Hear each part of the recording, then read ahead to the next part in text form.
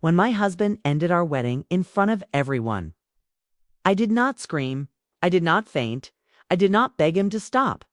I smiled. People later told me that smiles scared them more than tears ever could. The hall was full, white flowers everywhere, soft music still playing. Even though everything had already fallen apart, he was standing on the stage beside me, the man I trusted, the man I had loved quietly, deeply. Without asking for much, he took the microphone from the wedding planner. His hand did not shake. His voice was calm, almost proud. "I cannot go through with this marriage," he said. "She has been lying to me." A sound went through the crowd. A long breath, a whisper, then silence. I felt hundreds of eyes turned toward me, some full of shock, some full of pity, some already full of judgment. My mother covered her mouth. My father looked at the floor. My bridesmaids froze, holding the ends of my dress like children who had lost their way. Inside me, something broke very softly. I knew in that moment he was not just leaving me, he was trying to destroy me. He wanted me to cry. He wanted me to fall apart. He wanted people to remember me as the woman who was exposed and abandoned. But he did not know one thing. He did not know that I had carried a truth quietly for years. Truth I never thought I would speak out loud. A truth that could change how everyone in that room saw him. So I smiled, took a slow breath. I stepped closer to the microphone, and before I spoke, I looked at him and thought, "You planned this moment so carefully. You just never planned for my voice. Set up background and relationships. Approximately equals 1,200 words. My name is Sarah. I grew up believing in calm love, not loud love, not dramatic love. My parents were simple people. They argued quietly. They forgave slowly. They stayed. I watched my mother set the table every night. Even when she was tired, I watched my father bring her tea without being asked. No big words, no big promises, just presence. So when I met Daniel, I thought I had found something similar. He was polite, well-spoken, always dressed neatly. The kind of man people trusted easily. My family liked him from the beginning. My friends said I was lucky. He's calm. Hay said. He's stable. And he was. But calm can hide many things. We met at work. Different departments. Short conversations at first. "Good morning. Did you finish the report?" Coffee later. Nothing dramatic. He listened when I spoke. That meant a lot to me. He remembered small details. After 6 months, he told me he loved me. Not loudly, not on one knee, just quietly in the car. While it rained outside, I believed him. When he proposed a year later, my parents cried. My mother hugged him and said, "Take care of her." He smiled and said, "I will." I wish I could go back to that moment and watch his eyes more carefully. The wedding planning was fast, too fast. Too fast, maybe. Daniel wanted everything perfect. The guest list, the seating, the speeches. Sometimes when I suggested something simple, he corrected me. "This looks better. This sounds better. Trust me." I told myself it was stress. A wedding brings pressure. That is what people say. But slowly, I felt smaller. Not because he shouted. He never did. It was the silence, the control hidden. Inside kindness. If I wore something he did not like, he smiled and said, "Are you sure that's the best choice?" If I spoke too long, he touched my arm gently, as if reminding me to stop. I started apologizing more. "For nothing. I'm sorry. I didn't mean that. It's okay. Forget it." Still I stayed. Because love, I believed, was patience. 3 weeks before the wedding, something happened. I found an old envelope inside Daniel's drawer while looking for a charger. I was not snooping. It was not planned. The envelope had my name on it. Inside were documents, copies, emails. My heart slowed as I read them. They were about me, about my past. Things I had told Daniel in confidence. Things I had trusted him with. But these papers were not written by him. They were written by someone else. Someone who knew me long before Daniel did. Someone from a chapter of my life. I had closed quietly. My hands shook. But I put everything back exactly where it was that night. I did not confront him. I watched him eat dinner. I watched him talk about the honeymoon. I watched him smile. And in that moment, I understood something painful. Daniel was not marrying me. Out of love, he was marrying me for control. And when control no longer served him, he was planning to leave, publicly, cruelly. But what he did not know was this. Those papers were incomplete. They told half a story, and the half he was missing was the part that could break him. The days before the wedding felt heavy, not busy, not exciting. Heavy people kept asking me if I was happy. I kept saying yes, because I did not know how to explain the feeling sitting in my chest. It was not fear. It was not doubt. It was something like waiting for bad weather, even when the sky looks clear. Daniel became quieter that week. Not distant, just careful. He checked his phone often. He smiled less with his eyes at night. He turned away from me in bed, not angrily, just slightly. I told myself he was nervous. Everyone said men get nervous before weddings. Still, I could not sleep. Every time I closed my eyes, I saw that envelope, my name written neatly on the front as if someone had practiced it many times. I thought about my past, the part of my life Daniel had promised never to judge. I had been married. Once before, very young, very quietly. It lasted less than a year. My first husband was kind. At first, then controlling, then cruel in small ways that slowly became large. When I finally left, I left with nothing but a bag and a silence I carried for years. I told Daniel this early in our relationship. I told him because honesty mattered to me. He held my hand and said, "That doesn't define you." I believed him, but now, reading those papers, I knew someone else had been digging into my past, collecting pieces, twisting them. Someone had fed Daniel a version of my story that made me look broken, untrustworthy, weak. And instead of coming to me, he had chosen another path, a public one. 2 days before the wedding, my mother sat beside me in the kitchen. She watched me stir tea. I was not drinking. "You are quiet," she said. "I'm fine," I replied. Mothers hear lies differently. They hear what is missing. She touched my arm. "You don't have to be strong all the time." I wanted to tell her everything. I wanted to cry into her lap like I used to as a child. But I didn't, because part of me still hoped I was wrong. The night before the wedding, Daniel and I stayed apart. Tradition. People said I lay in my childhood bedroom, staring at the ceiling. I remembered every compromise I had made, every time I had chosen peace over truth around midnight. My phone buzzed. A message from Daniel. "We need to talk tomorrow." That was all. No heart, emo, J.I., no reassurance. Just that sentence. I stared at it for a long time. Tomorrow was supposed to be our forever. Morning came softly too. Softly. Sunlight through the curtains. Birds outside. The house filled with voices, makeup, hair, laughter. That felt forced. Everyone kept saying how beautiful I looked. I felt like I was wearing someone else's life at the venue.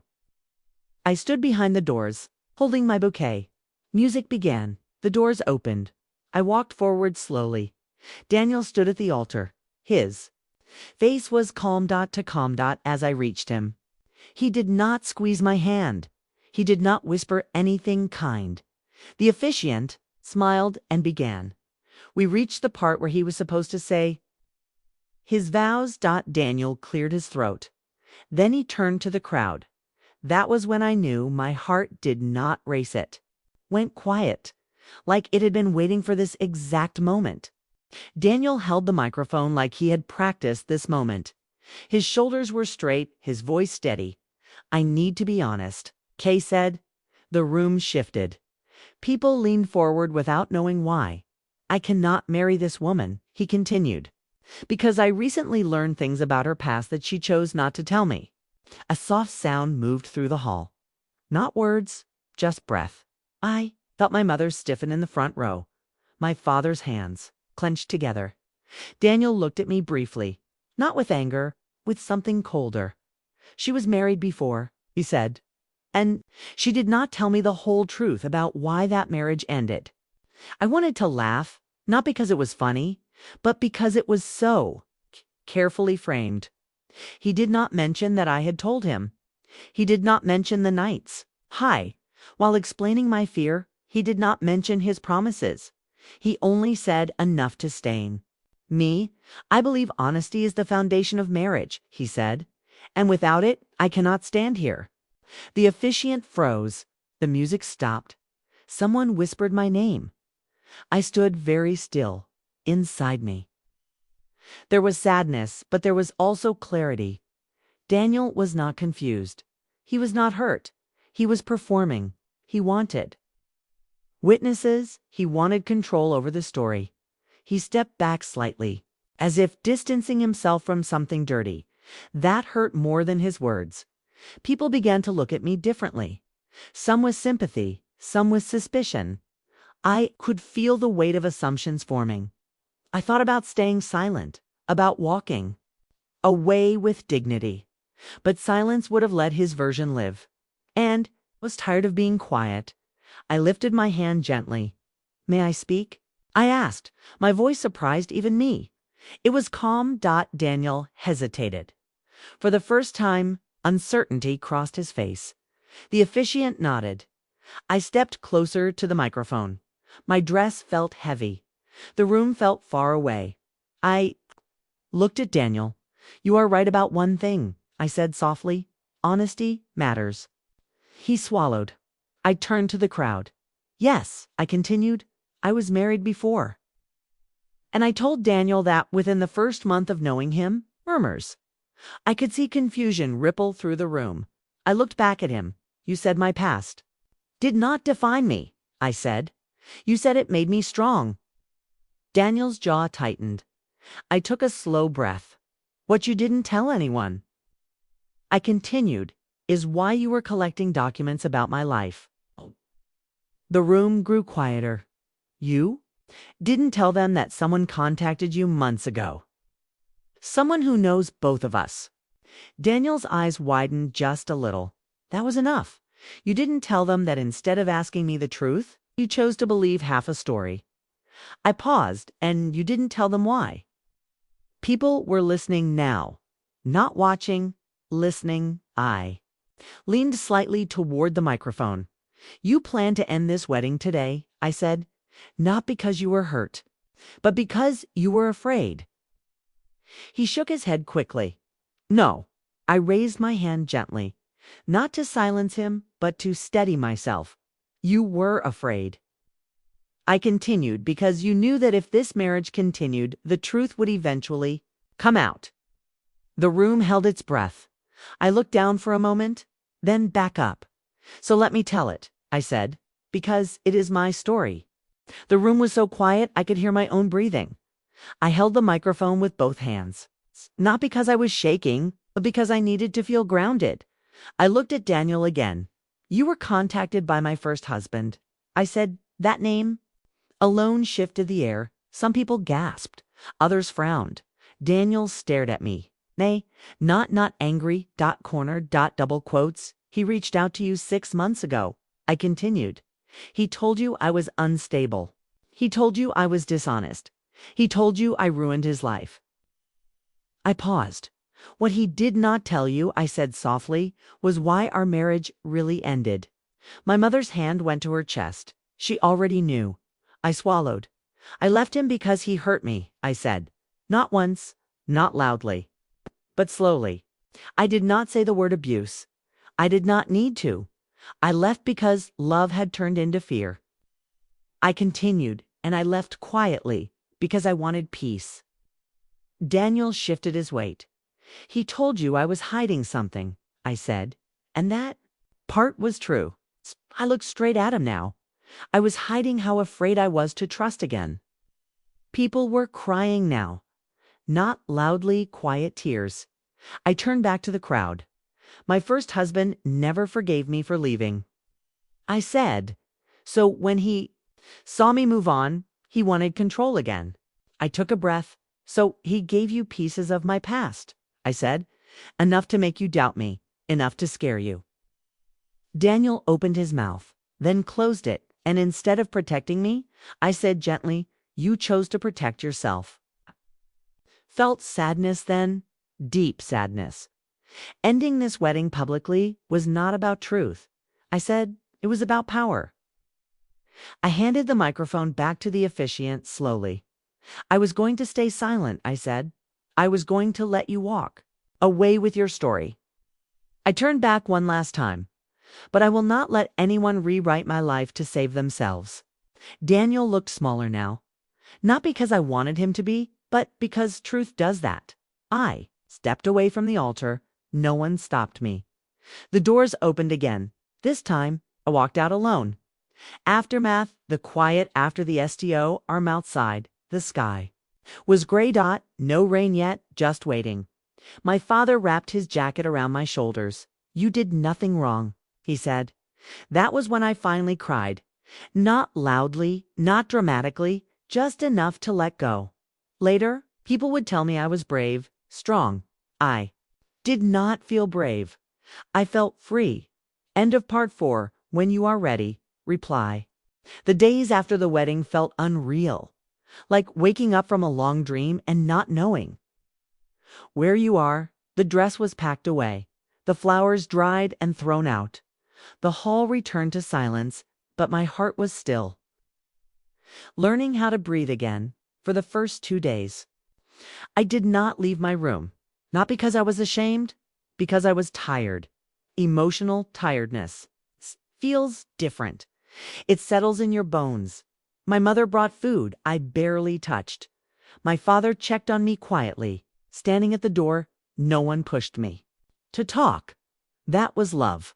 On the 3rd day, my phone rang. Daniel. I watched it ring until it stopped.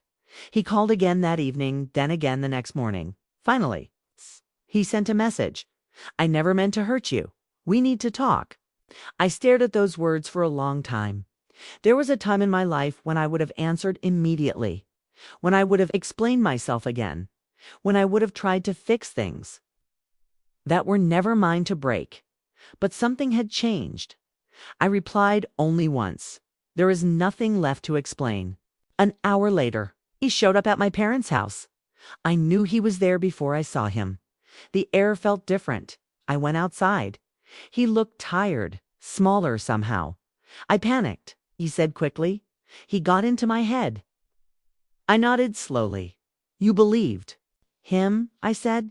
He looked down. I didn't know what to think. That was the problem, I replied calmly. You didn't ask me. He tried to reach for my hand. I stepped back gently. I loved you, he said. I believed that he believed it. But love without trust is not safety. You were afraid of my past.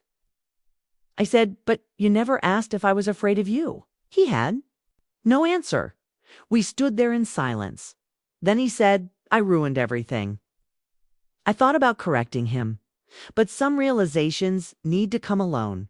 After he left, I felt a strange peace. Not happiness, not relief. Peace. The weeks passed slowly. I returned to work. I walked more. I slept better. Sometimes strangers recognized me. They smiled kindly. No one treated me like a failure. That surprised me one afternoon. I sat alone at the kitchen table, the same table where I had once planned a future that never happened. I realized something then. The wedding did not end my life, it returned it to me. I had spoken my truth out loud without anger, without shame, and that mattered. Months have passed since that day. Life did not suddenly become perfect. Healing rarely arrives like that, but it became honest. I no longer wake up feeling like I need to explain myself. I no longer replay conversations in my head, wondering if I said too much or not enough. I learned that peace is not loud. It does not announce itself. It arrives slowly, slowly like morning light through a window. Sometimes, Stu, think about the wedding. Not with pain, with understanding. Daniel was not a bad man. He was a fearful one, and fear can make people do cruel things quietly. I also think about my younger self, the woman who stayed silent to keep the peace, the woman who believed love meant endurance. I wish I could sit beside her now. I would tell her this: you do not owe your silence to anyone. I learned that truth does not need to shout. It only needs space that day. At the altar, I did not fight back. I did not humiliate him the way he tried to humiliate me. I simply told my story, and that was enough. People often ask me how I stayed. So calm. The answer is simple. I had already survived. Worse in silence. Speaking was the easier part. If you are listening to this and you feel afraid to tell your truth, I want you to know something. Your past does not make you weak. It makes you real. Anyone who truly loves you will not use your history as a weapon. They will hold it carefully sometimes. The worst endings are quiet gifts. They remove people who were never meant to stay. I did not lose a husband that day. I found myself, and that is a beginning no one can take away. Final life lesson for closing pause. Some people will try to destroy you by exposing your past. But the truth is, your honesty is your strongest protection. Walk away calmly, speak gently, and trust that the right doors close so better ones can open.